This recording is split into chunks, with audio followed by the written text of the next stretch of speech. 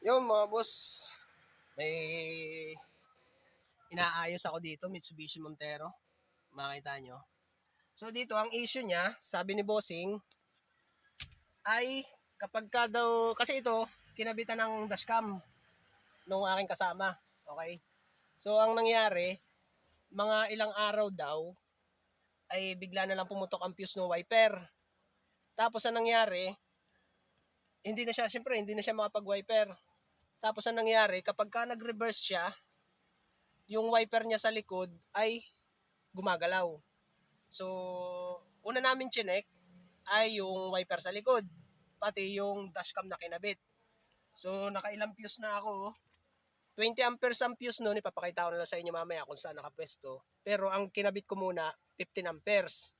Para in case nga na pagka tinesting ko, pumutok ulit, ay masyadong sensitive para hindi naman ganun katibay yung 20 amperes kasi yung niya yung tag dito, yung kanyang fuse. Yan. So, ganun. Kaya, ang nilalagay ko muna pagka nagte-testing ako, nagto-troubleshoot, yung mababang amperes. Binabawasan ko ng 5 amperes dun sa uh, regular na fuse niya sa 20 amperes. Okay? So, ngayon, ang ginawa ko, pakita ko sa inyo. So, dito ang ginawa ko, kinalas ko muna yung mga panel. Tapos kada gawa ko nung hinugot ko muna yung wiper sa likod, yung sakit. Kasi pinagdududahan ko din, baka grounded din dyan eh. Kasi ito lang naman ang may source na kapag binuhay natin yung ignition ay magkakaroon siya ng kuryente. So binunot ko yan lahat, pati itong kinabit naming dashcam, yan, tinrace ko din yan, yung mga yan. Hanggang dito sa pinagtapa namin ng reverse. Ayan, tinignan ko rin dyan. Tapos dito, dahil nga related siya sa wiper, yan, ay kinalas ko din yung mga mga socket. Kasi tayo troubleshooting tayo, hahanapin natin isa-isa yan. Tapos syempre ang fuse niyan, ang fuse location niyan ay pag dito titignan mo sa sa diagram niya, ito. Yan. Yung wiper na yan, yan yung naputok. Okay? So dito, dahil hinugot ko na yan, tinesting ko ulit, pumutok na naman. Ngayon, pumunta naman ako dito, tinestingan ko yung yung dito, yung sa washer pump. So, naisip ko naman, hindi naman related siya doon kasi nagkakaroon lang siya ng power yung motor kapag pinindot mo yung switch. Okay? So, balik ulit ako dito. Tinrace ko ulit yan. Ngayon, ang last option ko, last na tinignan ko, ay yung mismong wiper motor.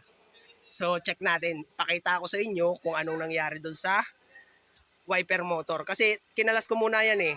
Okay? Pakita ko sa inyo. May exciting na mga makikita kayo dito. Okay? Okay, so dito, kinalas ko na muna yung yung pinakang cover. Pati syempre yung wiper, kinalas ko din yan, mga cover, lahat. Kinalas ko lahat yan. Pero ito ang malupit. Ito ang malupit. Ayan, yan ang nangyari. Ano? May anak pa, mga boss. May anak pa. Ayan. So, nung binuklat ko yan, kinalas ko, sabi ko kay bossing customer, bossing, last na ito, last option na natin. Kailangan ko makita yung motor ng power wiper. Kaya nung binaklas ko yan, pag-angat ko nito, boom! Ayun ang nangyari. Okay? So ang gagawin ko dyan mga boss, dahil nga sabi nga ng nakararami, mabait-bait pa, ay nagtira pa siya ng mga kulay. So magdudugtong lang ako ng wire dyan, tapos ay ilalagyan ko na ng insulator hanggang dito para all goods na siya. Okay, tapos yan, tatanggalin ko na yan, tapos ay pahuhugasan ko ito para hindi niya maamoy yung yung kasi sa mga daga, sa mga ratatouille na ganyan, ay nag-iiwan sila ng parang iniihian nila yan para mamarkahan nila. So ayun, yan ang problema. Yan o. Yeah. Okay. Pakita ko sa inyo, Mikey. Ayun o, ang pupula pa o. Okay? So ayun, nakita nyo naman kung ano ang itsura nung wirings. So ang gagawin ko dito ay i-rewire ko.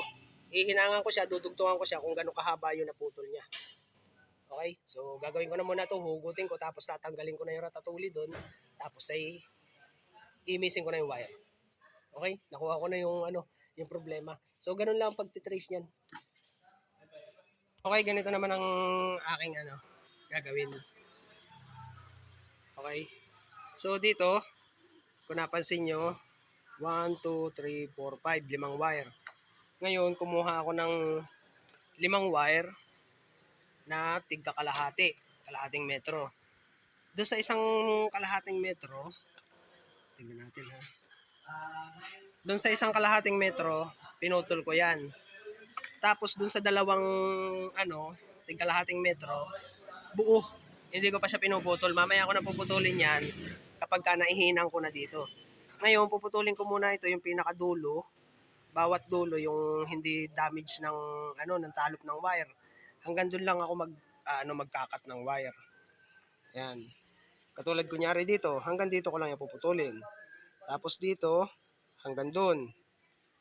Tapos dito, ay di hanggang dito. Kung saan may talop, doon ko lang puputulin. Tapos ito, yun.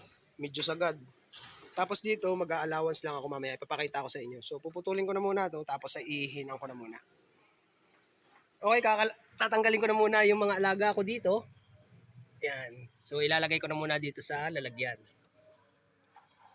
Yan. Wala pang maglakas loob na makadampot eh. Takot. Takot yung mga kasama ko. Sinusubukan ko sila na uy, kuhain nyo nga yung bubwit. Ay, ayaw. Mga takot. Yan. Tatakutin ko yung mga kasama ko.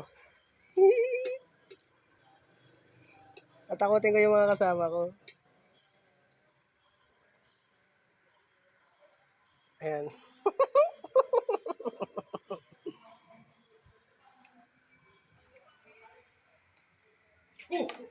Ayan.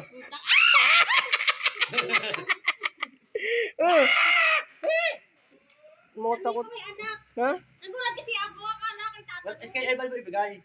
Hindi. Ay, wala sa Ivan. Kay Omar. Ay, kay Omar. Ang dami nito. Ilang kaya to? Ay, ang dami oh. Hindi ko mabilang kung ilan, pero ang galing oh. Mga takot. Nag-aalaga din kasi ako ng ganito. Pero puti yun, dagang puti. Eh yan, sa dagang talaga, bahay. Dagang perwisyo ito. Okay, so ganito na yung ginawa ko. Siyempre nakahinang yan. Yan. Tapos may mga natira pa namang kulay. So yun yung hanapin ko na lang dito mamaya. Kulay-kulay lang naman yan. Kumbaga sana parang lalagyan nyo lang ng panibagong wire, dudugtong nyo lang.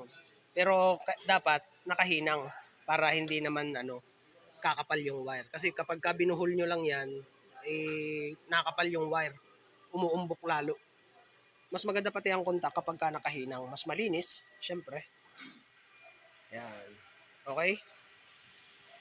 So, yun. Bubuhin ko na to. Kulay-kulay lang naman to. Ayan yung isa kong wire. Hindi ko pa pinuputol yung dulo. Okay? So, bubuhin ko na rin ito dun. Tapos ay lalagyan ko pa ng another insulator. Okay, ganito na ang ginawa ko mga boss. So, pinutol-putol ko na yan. Siyempre, bawat kulay dito sa socket, same lang din ang kulay dun sa wire na pinagtapang ko. Tapos pansinin nyo dito, iwas natin yan. Pansinin nyo dito, hindi pantay-pantay yung pagkaka-cut ko. Yan. Katulad dito, hindi siya magkapantay. Para pagka tinipan ko yan, hindi siya magkakatapat. Di gaya bagay pinutol nyo siya ng tapat na ganun, magkakapantay siya. So yung pinaghinanga natin, bukol-bukol. Di gaya bagay ganyan, hiwa-hiwalay. Pantay na pantay pa rin ang linya niya. Ayan, makikita nyo. Okay.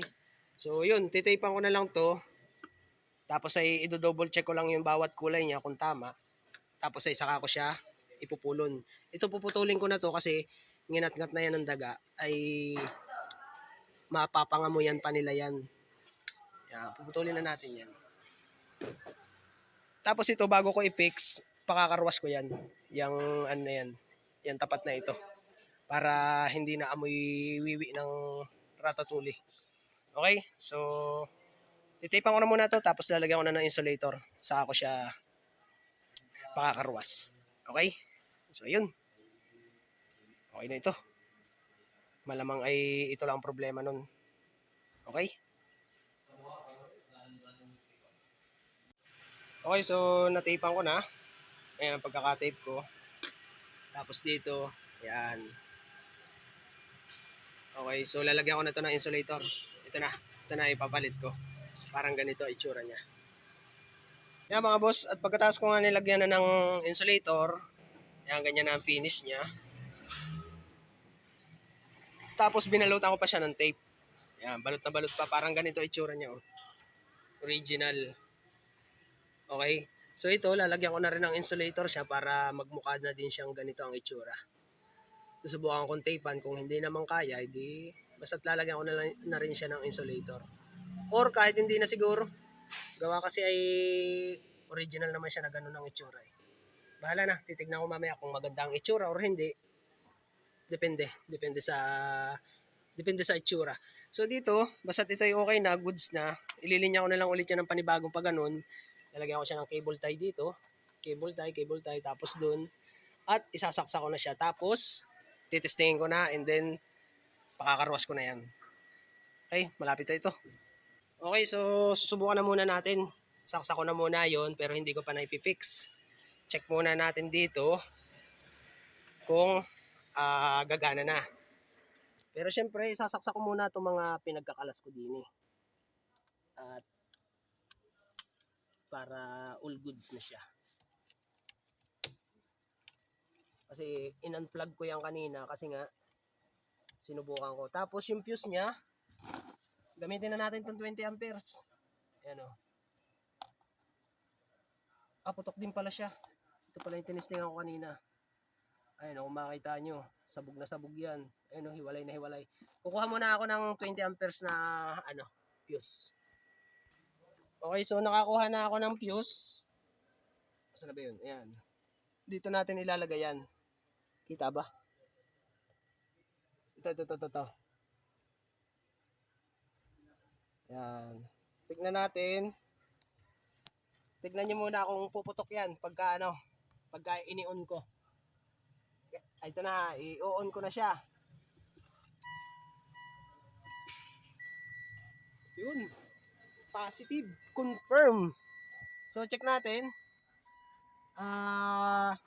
Nakailaw yung dashboard.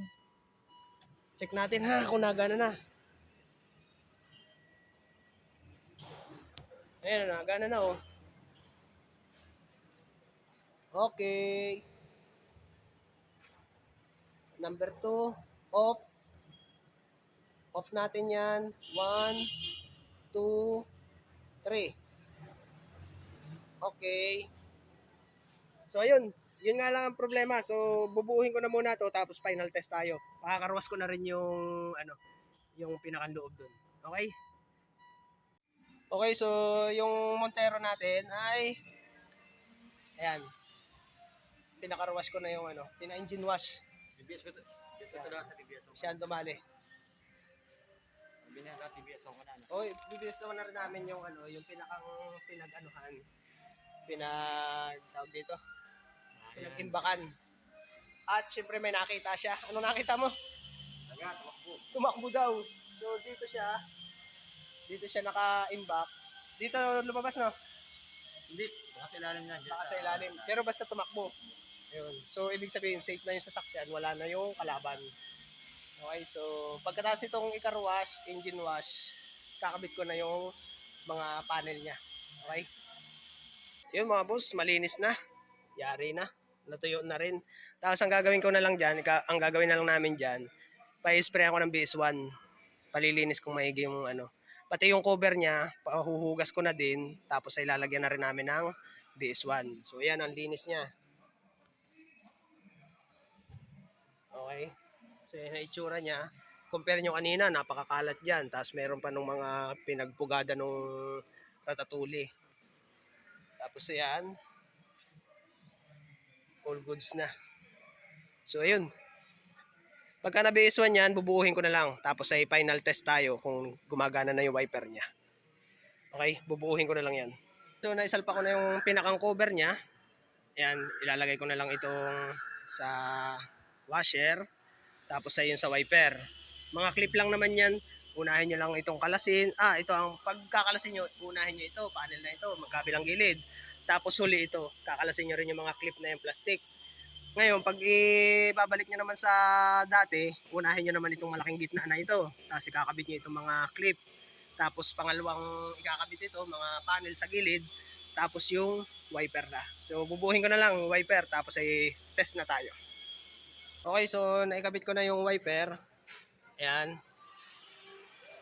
All goods na lahat. So ngayon titestingin ko naman at bubuhayin ko na sa loob yung wiper. Okay?